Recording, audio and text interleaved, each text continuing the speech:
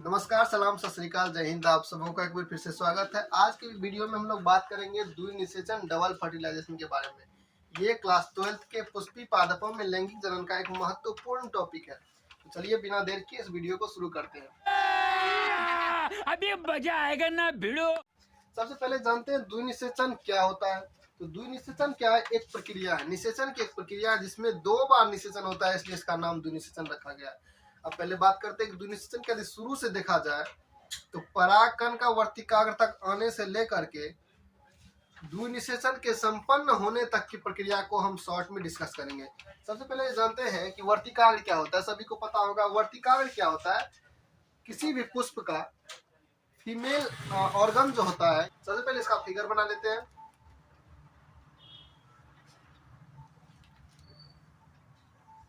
तो इसको हम बोलेंगे वर्तिकाग्र। इसको क्या बोलेंगे? वर्तिकाग्र। वर्तिकाग्र इसको बोलते हैं वर्तिका। इसको बोलते हैं अंडाशय।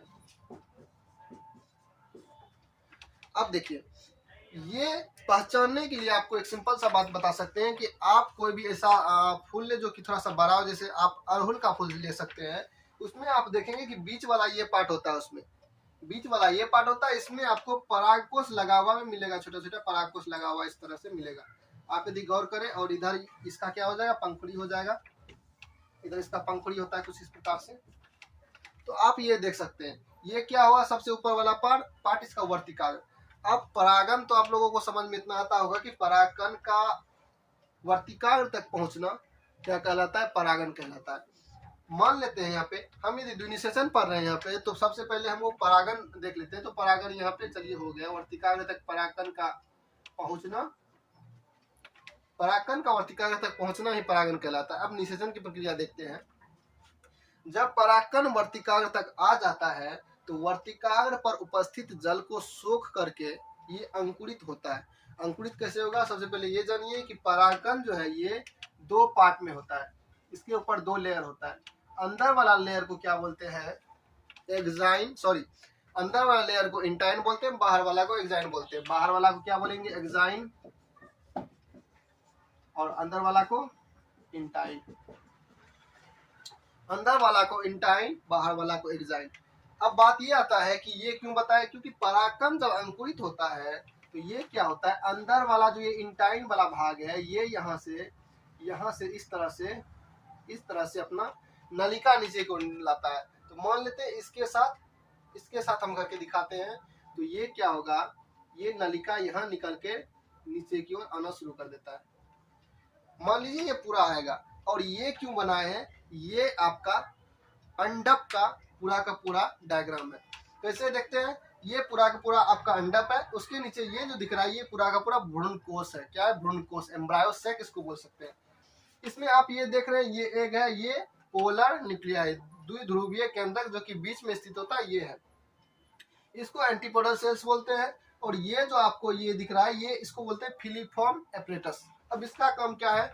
देखिए, ये जो होता है ये पूरा का पूरा संरचना इसके अंदर होता है। इसके अंदर होता है। मान लीजिए थोड़ा सा यदि बनाना चाहे तो किस प्रकार से बना सकते हैं।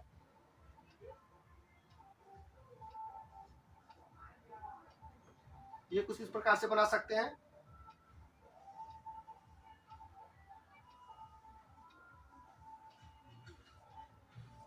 ये बना सकते हैं। यहाँ पे क्या था? यहाँ पे फिलीफॉर्म एपरेटस था। ठीक है, यहाँ पे पराग नलिका आता है, इसको हम पराग नलिका बोलते हैं। परागकण से निकले हुए नलिका को पराग नलिका बोलते हैं। ठीक है, यहाँ पे पराग नलिका अंदर की ओर आता है। लेकिन बात यहाँ पे उठती है कि यहाँ पे यदि एग सेल है नीचे यहाँ पर यदि एग सेल है, तो पराग नलिका को कैसे पता होता है कि हमको यहीं तक पहुंचना है? बात तो सही है।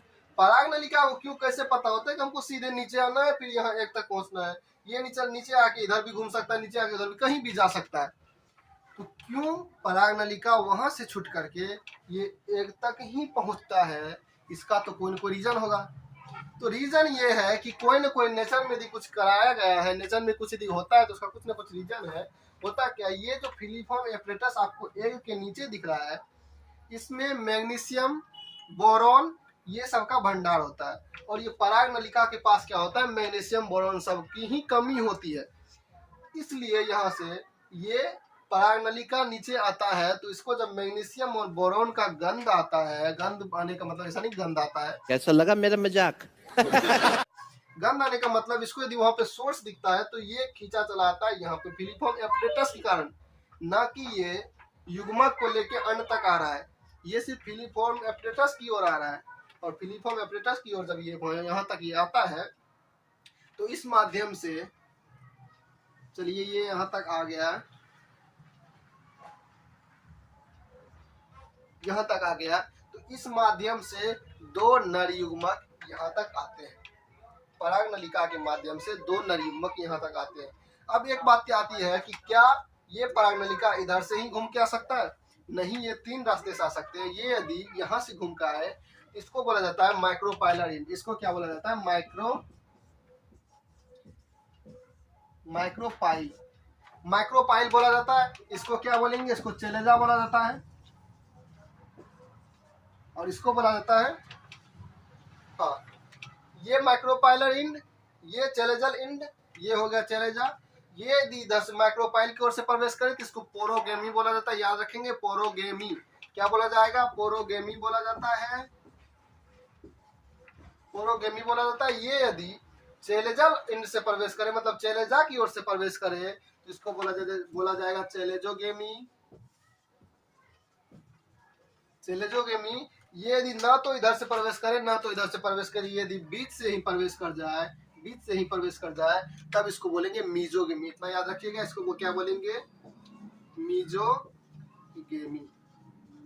तो इसको मीजोगेमी बोलेंगे। अब बात आती है कि यहाँ से, ठीक है, ये दो नर युग्मक आ गया, मान लेते हैं यहाँ पे ये दो नर युग्मक आ गया है, दो नर युग्मक आ गया। अब बात आती है कि निषेचन की। तो सुनिए, एक नर युग्मक क्या होगा? एक नर युग्मक यहाँ आके, यहाँ पे डिक्लेयर करके यहाँ पे बताते हैं, एक नर युग्मक आके यहाँ एग सेल के साथ मिल करके क्या बनाएगा? अंड, मतलब फीमेल गेमीट, नर युग्मक ऊपर से आ रहा है, मेल गेमीट, दोनों मिलकर के जायगोट बना लिया। एक निषेचन की प्रक्रिया यहाँ पे खत्म हो जाती है। अब दूसरा कहाँ पे होगा? दूसरा नर युग्मक आएगा इसके साथ, यानी पोलर न्यूक्लियाई के साथ, ध्रुवीय केंद्रक के साथ मिल करके एंडोस्पर्म यानी भ्रूणपोष का निर्माण कर देगा। तो ये दूसरा निषेचन हुआ। पहला निषेचन यहाँ पे, दूसरा निषेचन यहाँ पे। इसलिए इस प्रक्रिया को क्या बोला जाता है? द्विनिषेचन यानी डबल फर्टिलाइजेशन बोला जाता है। तो ये द्विनिषेचन का प्रक्रिया यहाँ तक था। ये आपको इतना समझ में आ गया होगा। लेकिन एक बात ये आती है कि भ्रूणपोष का निर्माण क्यों हुआ? तो भ्रूणपोष क्या है? ये पोषक तत्व का एक तरह से भंडार होता है। इसी के माध्यम से यहाँ जो जायगोट बना है, ये एम्ब्रायो में चेंज होगा, यानी भ्रूण में चेंज होगा। भ्रूण का जो पोषण होगा इसी भ्रूण पोष के माध्यम से होता है। याद रखिएगा, दो वर्ड होता है भ्रूण, दो वर्ड होता है कौन कौन? भ्रूणकोष और भ्रूणपोष। इसको बोलते हैं, भ्रूणकोष को बोलते हैं एम्ब्रायोसेक, और भ्रूणपोष को बोलते हैं एंडोस्पर्म।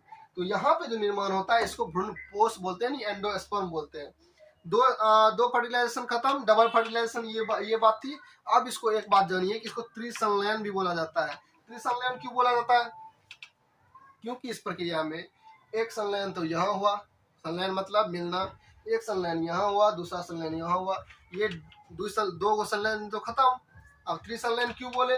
क्योंकि यहाँ पे फिगर में आप देखे होंगे कि यहाँ पे दो कोशिका इस तरह से पहले से था। ये दो कोशिका पहले से था, ये दो कोशिका एक बार मिलके अपना काम पहले समाप्त कर दिया है। तो यहाँ पे दो कोशिका का मिलना, फिर तीसरा कोशिका, ये दोनों कोशिका के साथ मिलना, दो संलयन यहाँ पे, एक संलयन इसका, त्रिसंलयन। लेकिन निषेचन दो बार ही हुआ है, क्योंकि यहाँ युग्मक का मिलन को ही हम निषेचन बोल सकते हैं, ना कि कोशिका का मिलना। यहाँ जो मिलन हुआ था, ये कोशिका था एक ध्रुव का, ये कोशिका दूसरे ध्रुव का, ये कोशिका, दोनों कोशिका मिलकर द्विध्रुवीय केंद्रक बनाया। तो यहाँ पे क्या था? जब युग्मक मिलता है तो उसको ही हम निषेचन बोलते हैं। तो निषेचन, युग्मक तो दो ही आया, एक नर युग्मक यहाँ पे, एक नर युग्मक यहाँ पे, तो दो युग्मक मिला, इसलिए इसको बोले डबल फर्टिलाइजेशन। तीन बार इसका संलयन हुआ यानी मिलन हुआ, इसलिए इसको बोले त्रिसंलयन।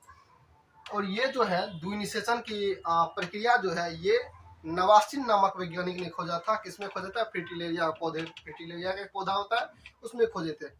तो द्विनिषेधन की प्रक्रिया यहाँ तक थी। ये जो टॉपिक है ये आपके 12th बोर्ड के लिए गजब बेइज्जती है। इम्पोर्टेंट है, और इसे आप लोग यदि ध्यान से समझे होंगे तो आपको जरूर समझ में आया होगा। तो आज के वीडियो में इतना ही, मिलते हैं अगले वीडियो में, तब तक के लिए जय हिंद।